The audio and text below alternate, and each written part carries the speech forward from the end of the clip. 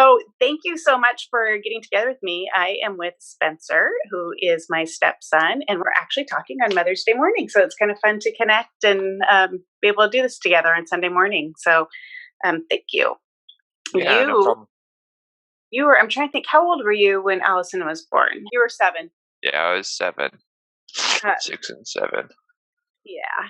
So, what are 5 words that you would use to describe her? 5 words that I'd use to describe her. Allison was uh very caring and passionate. She was innocent, loved being around people, so she was outgoing and resilience. She had a resilience to her that is like undescribable for a 5-year-old to have. You know what I'm saying? Like, how can someone be so tough and so young at the same time and frail? So, yeah. Yeah, that's a good one. I like that one. What do you like best about being her sister? I liked being an older brother to someone. You know what I'm saying? I had a younger sister, but when I was growing up, Shay was kind of going back and forth between my mom and my dad, and I was mostly with my dad. So, and you, of course. So, having kind of that younger sister, older brother relationship. So, Yeah, what do you remember about having a sister that was sick? there's a lot of bad stuff that you can remember, but I think that for me was a lot of the cool things that came with it, like a lot of the people that reached out and supported us. Like, I remember the days that we did, taking part in those was really awesome. Just that drive to the hospital twice a week for chemo, as a young, preteen, it, going there with your sister and stepmom or dad or whatever is can be memorable. You know what I'm saying? In a Just good stuff like way, that. or Yeah, in a yeah, in a good way good or a way, bad way? totally right. Yeah, good way, positive stuff like that. I mean, there are bad things that I remember, but it's more just uh kind of the snail's pace at which you think that someone should be recovering, and is when is this all going to get better, you know what I'm saying? Yeah, But other than that, no, I just think of the good times I had. that's cool. Why do you think that is that you remember the good stuff over the bad stuff? it I think a lot of it is sheltering, that God's gonna heal her, you know, and us having faith that she's gonna be okay, and it is good to have that faith that that whole time that your sister's gonna be okay. But um, How did the care, like the extra care that she took, um, especially from me and even other people around us, how did that impact you or make you feel? and that's a question that is one of my biggest complaints as a adult, or maybe as after being a teenager, was the focus on Allison. Was it definitely took away from how is raising us as far as schooling, and my experience with was completely different than how it would have been if Allison wasn't sick. And I don't blame that, you know what I'm saying? I don't hold it against her, but I do know that if there wasn't financial stress from cancer, or the time needed to support her, then I'd be able to get attention from my dad or from you that that I desperately sought after. I was like that kid that needed a lot of attention. so so when I think about that, yeah, it was kind of frustrating, um, that a lot of the attention that I sought after ended up becoming negative attention, Hmm. and then after we lost Allison, it became a habit, that negative attention just compounded interest. So just there was no way um, to figure it out until time figures it out, right? It's all better now, Well, I but am so sorry you didn't get the attention that you needed. no, it's okay. It's not your fault. It's Yeah, literally well, just to a like, certain extent, yeah, it but is. how do how do you be a parent with that? How do you handle it? You can't, especially back then. It's crazy. It wasn't like I was in the other room like malding, like I need some attention. You know what I'm saying? It wasn't like that. It was like, well, maybe I should figure out, and that's how it was. I went outside and played a lot. You know what I'm saying? I had a lot of Yeah, fun growing up, and I wasn't overprotected, or I could go over to Britain's house and stay the night and play video games if I wanted to. So it wasn't like I was stuck in my room all the time. Uh, at the same time, it was mostly just like how the attention switched to like negative attention whenever I struggled with something. how about the attention of like everybody else? Because like our circle of friends and extended family also was necessarily, or not necessarily, but it just did end up focusing on others. So how did that affect you? As a kid, you don't really realize that uh, these adults that are here for you, but you go to church every week and they're there, and it's like, I don't know. I guess I didn't really see the value of having people around me that were there for me, and maybe I didn't need it as much then, but it was pretty cool having people like Brent and Ruth, and like if I had like a youth group minister or whatever, be able to talk to them. Um, and now as an adult, if I see them somewhere, it's nice to like say hi to them and stuff.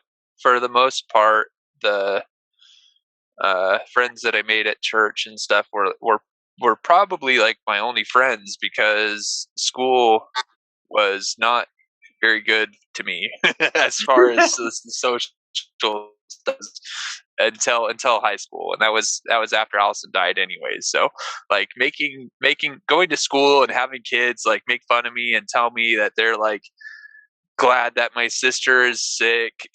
It's Did crazy you to really get that? fathom that. Yeah, yeah. Or I had one kid after she died tell me that he was glad that Allison died and stuff like that. Just like, you're wild, dude.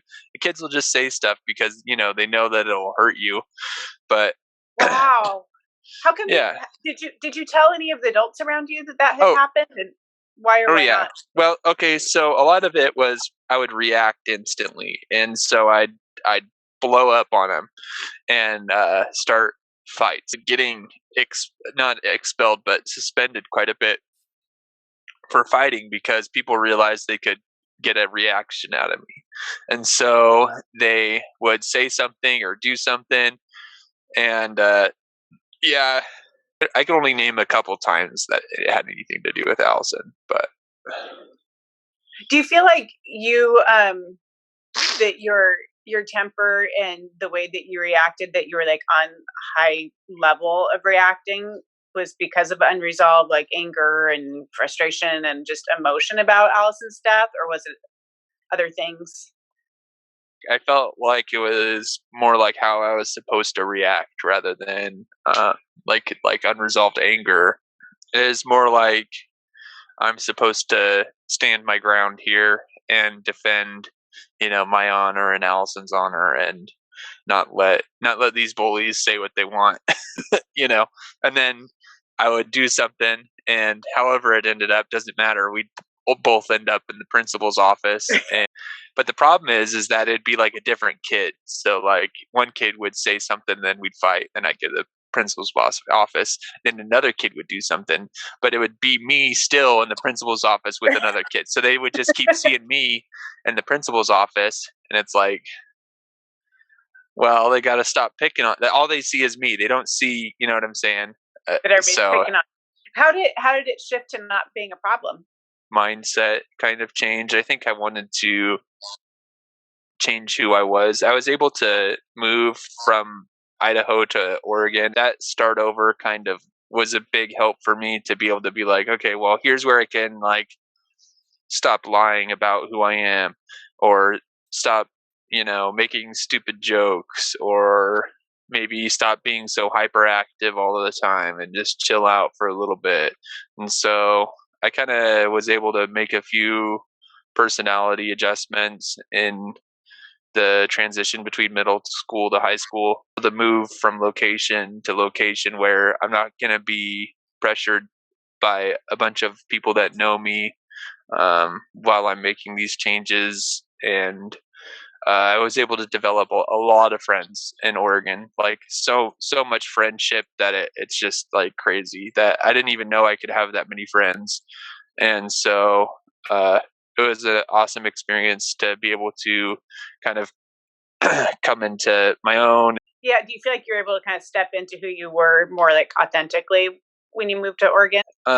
Yeah, definitely. It's just like a change, a personal change. You know what I'm saying? I could have done Mhm. it anywhere. It just needed to be free of the people that like knew who I was and bullied me for it. I feel like in changing from Idaho, where everybody knew your situation, they knew your family and all that went with that, Right. moving to Oregon and having that new fresh start, do you feel like moving away from everybody knowing your history and knowing what happened to Allison and to the family, did that help, or was it a completely just internal thing?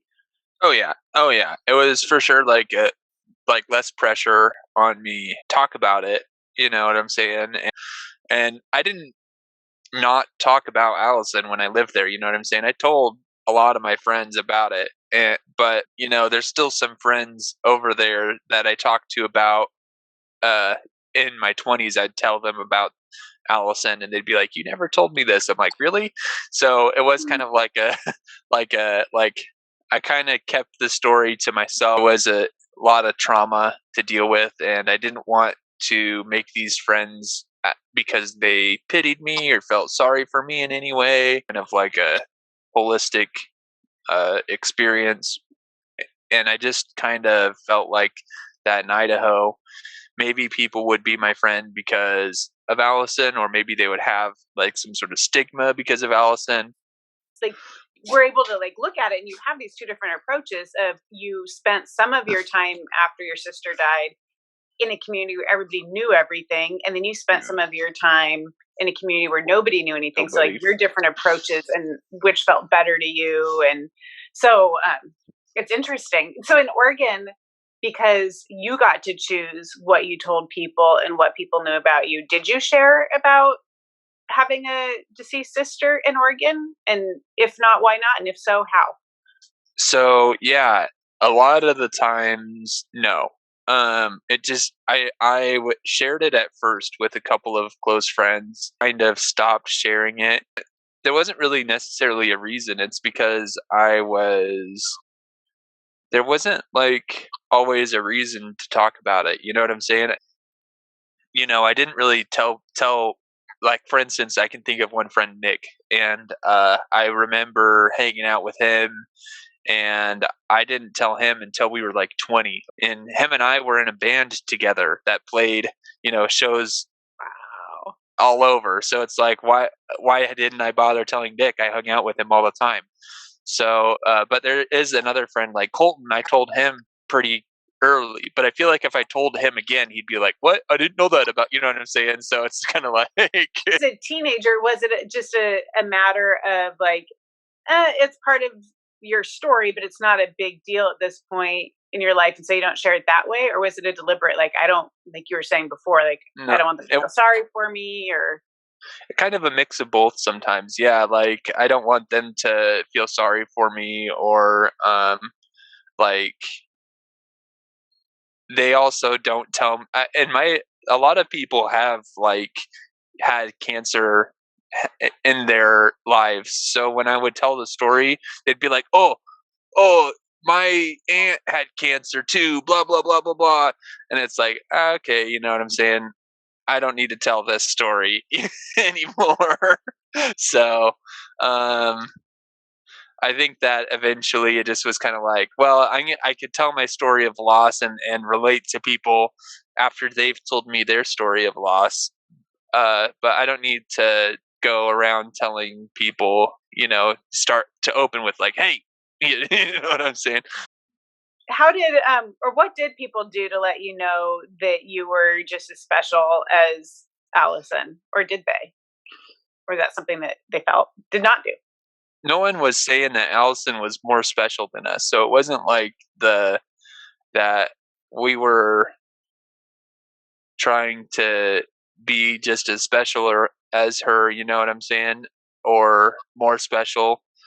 It was hard to see someone in that state, you know what I'm saying? It was more like trying to bring her up to us. You know what I'm saying? We weren't trying to get up to her.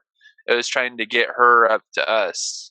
So I think that with that it was like just trying to be a brother or a sister to someone who you have to like like is fragile. So like you have someone who normally I would beat up. You know what I'm saying?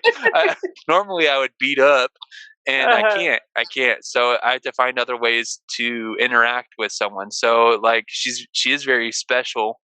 Um, very tough to kind of like interact with her all the time. Um, Sometimes it was like swimming, for instance. Allison can't swim, so like a normal 5-year old sister, I'd grab her and be like, "You're going under the water." You know what I'm saying?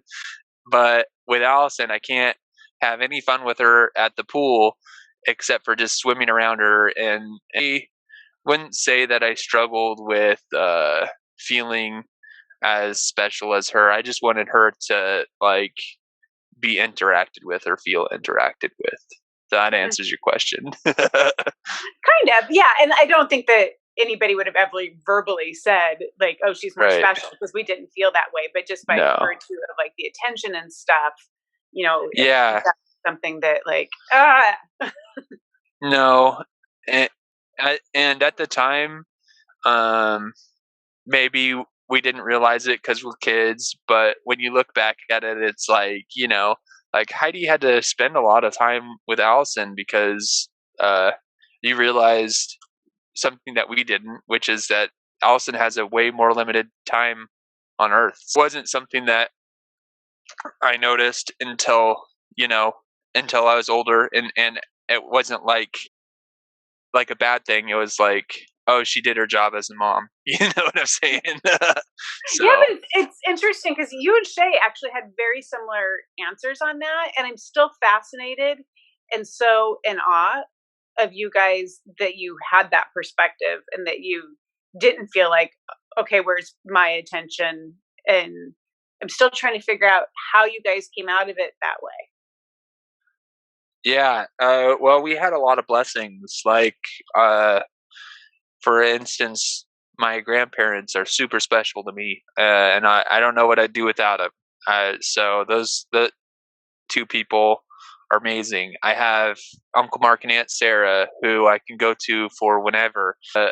Amount of support that we got was very lucky. I don't think that one of those things where we did have all the support, and it was kind of just a blessing to have where so it kind of keeps you positive. It sounds like having extended family and family friends, places that you could go where you were the focus, or you could go and just like forget about things and play video games with your cousin Yeah, was part of what helped. So there are people that stepped in the gap. yeah, totally. Cool.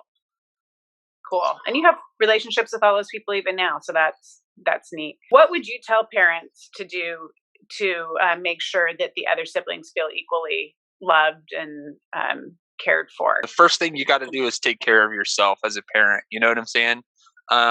You have certain needs that you need to do. Uh, I can't express this enough. If you're not taking care of your mental health, then your kids are going to suffer, and you're going to suffer. So, if you need to see a therapist, that's fine. Everybody sees, not everybody, but lots of people see a therapist. You know what I'm saying? Go see couples counseling. Go take care of yourself. Your kids, they have literally their whole lives to recuperate from this. And if they need to go to therapy with you, you know, there's family stuff too. It all runs downhill, and those negative feelings are going to run down to your kids. It's just like this fallout. Just take the time and fix yourself, because the other option is for your kids to fix themselves, and you're asking like kids to fix themselves. It's not going to happen, and it's going to take time, but um there's nothing ever that'll like fill the gap of losing a child. But you have a responsibility to the kids that you already have to take care of yourself. Do you feel like the kids, the siblings, should be basically mandated to go to therapy after the loss of a sibling? Mandated? No. No. Because I therapy asked is not for because everyone. I asked because Shay actually said she's like she really could have used professional counseling, and she knows that as a kid she would have rebelled against it. So she uh wishes somebody had said you need to go to therapy and you're gonna go every month for a while. And so I I was curious to hear what your thoughts on that. see. I think that if I had went to therapy, I would have uh, thought it was bull, and I would have tormented my therapist. It would have not been okay. So no, you're a parent, so you can decide. You know, hey, this kid needs to go to therapy, and that's okay. I'm not saying that. But therapy is not for everybody. Like, and I also understand you can't force anybody to get anything out of anything unless they really want it. But I was curious, like from a kid perspective, do you force them to go once or twice because they don't know what they don't know, and then Yeah, give them sure. vision? Make them go a Or couple times. Yeah, make them go. Why not? I was a kid, and I remember being made to go a couple times to things I didn't want to go to. Yeah, sure. Why not? You know, but if they don't like it, don't make them go over and over. right, You know, have them try it out and see what it yeah, is. that seems like Uh, a happy medium. Um, did you have people that were safe that you could talk to? Not for a while, but at the same time, like I didn't really want to talk about it. Uh, Britain for sure. Anytime I wanted to talk about it to Britain, So and your he was cousin, very understanding. Yeah, and he still is. Anytime I want to talk to him about it, yeah, he's always on the same page as me, and so yeah, I did. And adults, always grandma and grandpa. Um, but during the time that she was dying, I don't think that I was old enough to understand that I needed to talk about it. You know what I'm saying? so you mentioned that you were able to go to grandma and grandpa.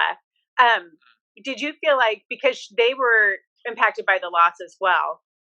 Did you feel like you had to edit yourself or like be careful of their grief as well, or did you feel like that they were a safe place that you could go and totally feel whatever you felt? Yeah, and they were a safe place. I didn't That's awesome. feel like I couldn't talk about that kind of stuff over there. After Allison died, it's like the whole world blew up. You know what I'm saying? So it's like, Yeah. what is there really to even? Is it? Do you talk about just Allison, or do you talk about the way my dad is acting, or do you talk? You know what I'm saying? So a lot of the grief was covered up by events going on at the times. Do you wish that you had been more clearly told about what was going on, or even when she died, like the process and been involved in some of those things as a kid? I don't know, and you don't know, and as far as I knew, like I was engaged as much as I could be. I went with you uh to Misty all the time. I feel like I went with you more than anyone else. I think you did. Um, Besides Allison, of course, who went with you every time. Don't think that parents should tell their kids everything depending on their age. It's like one of those things where it's like a gray area where it's like, well, here's what you should tell them and here's what you shouldn't, because um, you know, I don't know. I think that a basic understanding of what the condition is really valuable. That all made sense to me.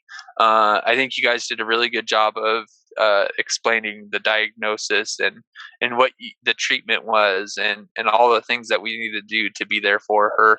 I think that we could have gone over some more things to like what it means to be a sibling to someone who has these kind of conditions or just a family member, but even then it was pretty, straightforward. And how do you tell a 10-year-old like, hey, your sister who's 5 might not make it through this year, or she possibly could. And so that's answers. I don't have a answer for you. So it sounds like you were okay with the level of information you were given. Yeah. Do you feel like giving a baseline of information and then like providing an opportunity for the kids to ask questions and them kind of lead how much information they want would be a good idea? Yeah, it's always good to ask questions, and I didn't feel like I wasn't able to ask questions as a kid. I just, Okay. I, what questions does a kid ask? You know what I'm saying? I feel like maybe if you have like some questions that a kid might ask, what might go wrong? You know what I'm saying? Right. No, I like that. So you give them a laundry list of examples and ideas, but then put it on them to actually Yeah, decide if right. they want to ask those things. Okay. Yeah, Yeah, that makes sense. exactly. So you were given the opportunity to view her body. How did you, when you look back, is that a choice that you're glad that you were able to make? And how do you feel about the choice that you made? Yep, super glad. It because uh added realism to it. Like, not that it's just like, oh, I can see that my sister's dead. Her body's there. You know what I'm saying? I can say goodbye. If you're a young person and you've lost someone to see the body, I think that, I mean, of course, it's up to the parents or whatever. But if I didn't, I think that it would have taken away, my last chance to see her. First of all, fact that she's dead. You know what I'm saying? I don't want Yeah. to live the rest of my life wondering, like, is this like some sort of conspiracy theory? And not everyone's the same. Be real and honest with your kids. If they don't want to see the dead body of their relative, then they don't have to, But Did we describe, or how did we describe what you would be seeing? you described it, and I don't. I don't remember exactly how you described it, but you guys told us what we would see. Yep. I think that that's good too, because like preparing your kids to see something. I mean, it's not grotesque or gruesome, but something gruesome and grotesque that no one wants to have to see, no one should have to see. So, yeah, it's you don't want to just rush your kids into something like that. Right. What was there anything that was done right after she passed away to support you and your other brother and sister? Nope. Nope. What could Yep, what could have been done? Uh, I think that that lies on the parents, and that's just like what I was talking about before. Parents need to go see counseling. People, you know what I'm saying? Parents need to talk about stuff with their kids. Lose a child like that, yeah, like finding support for your kids is important, but like you need to focus on like the trauma. It's like trauma's crazy. It's gonna hit you. It's gonna hit your kids. It's gonna impact everybody. So you're only in control of yourself, though. So if you can't, control your kids' trauma, that's okay. There's paid professionals who are there to be there for them. So just like find the support, um, whatever it is in the mental health field. And then with kids, like kids can't really find their own support. They're dumb kids. What are you supposed to do as a kid to like, you know, as a 10-year-old, like I can't, I mean, I could go to church more often, I guess, but at school things weren't going well for me. and so it was kind of fell on my parents um, to do that. And so I think that when you go through that, it's definitely up to the parents Do you to. think that Do you think that other, either extended family or family friends, if somebody had stepped in and said, "Hey, I'm going to take you out to ice cream once a month," or just kind of took you under their wing, and not necessarily that they're going to do Like counseling with you, but just, mentorship. yeah, would that have been helpful? Yeah, I think that that would have been helpful, and I could say that I had that in some ways or another through, like, grandparents, or I think that if you can find your kids like a peer support or like a mentorship program to kind of get them out of the house, yes, totally. Are there any ways that you did feel supported, like not necessarily in the first, like right away, but just in general, ways that you did feel supported besides like talking to grandma and grandpa? Huh? No, no, it was really scary actually. Uh, it's kind of like there the support was supposed to be my dad. You know what I'm saying? At And that he as a frankly kid, wasn't capable. I mean, because that's the thing that right? Par- parents are incapable of, I think, providing really good support for the other kids at the beginning, and so like trying to figure out, and that's what a lot of this like video series is about. Is like for you other people, like, hey, how can people rally around Yeah, these siblings and provide support for them? Because the parents, they're useless. and that's what happens is like everything. So what do you do? I have no clue that these options are available to me as a kid, or that there's like support that can be paid for by insurance. You know what I'm saying? You have to take a step back and be like, hey, my kids need some additional support, and I can't do everything. I can't be their therapist and their dad. If you feel like you can't do all of that as a parent after suffering the loss of a kid, go to reach out. Like, reach out to your friends or your family and get therapy. If you can't afford therapy, if you don't have insurance, then you know, uh, friends and family, and um, geez, reach out. That's all I gotta say to that. I don't. That's If you don't have, awesome. like, do what you can, because like uh, everybody just suffered trauma. Everybody, and so. Do you feel like the family structure is an important component to all of this? I mean, it depends on what family structure means to you. Sometimes, like, family structure is, sitting on the couch and eating or watching TV. I don't think that, like, family structure would have solved our problems. You know what I'm saying? I think that, yeah, a little bit of structure can help. It just depends on how things are going. Um, totally. Now, as an adult, how do you relate to Allison and her memory? Uh, like, when I think of my memory of Allison, I think I she'd be like 21 now, right? 22. 2022. Yeah. So, yeah, I think of her as a 22-year-old that I would probably like go get drinks with or something. You know what I'm saying? Hmm. Or like, hey, Allison, do you want to go grab brunch? Because, you know what I'm saying? Think of her as a 5-year-old. Is that weird? No, I not at think of her all. as an adult who would be down to, like, hang out or come over and look at my place and see what I've done, or vice versa. I could go check out her apartment or meet her stupid boyfriend. But just out of curiosity, did you do anything to acknowledge birthdays or like during holidays? Was there any kind of framework there? Um, We didn't ever like do anything, but April 28th was her birthday, and yeah, I don't think we've ever like full on like had a celebration, but literally at every family gathering, like, we talk about Allison or the memories we have of her.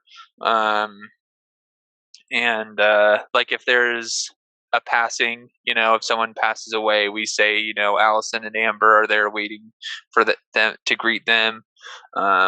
When my dog died, I was, it's sad. I cried a lot, but it's also like Allison's there waiting to grab him.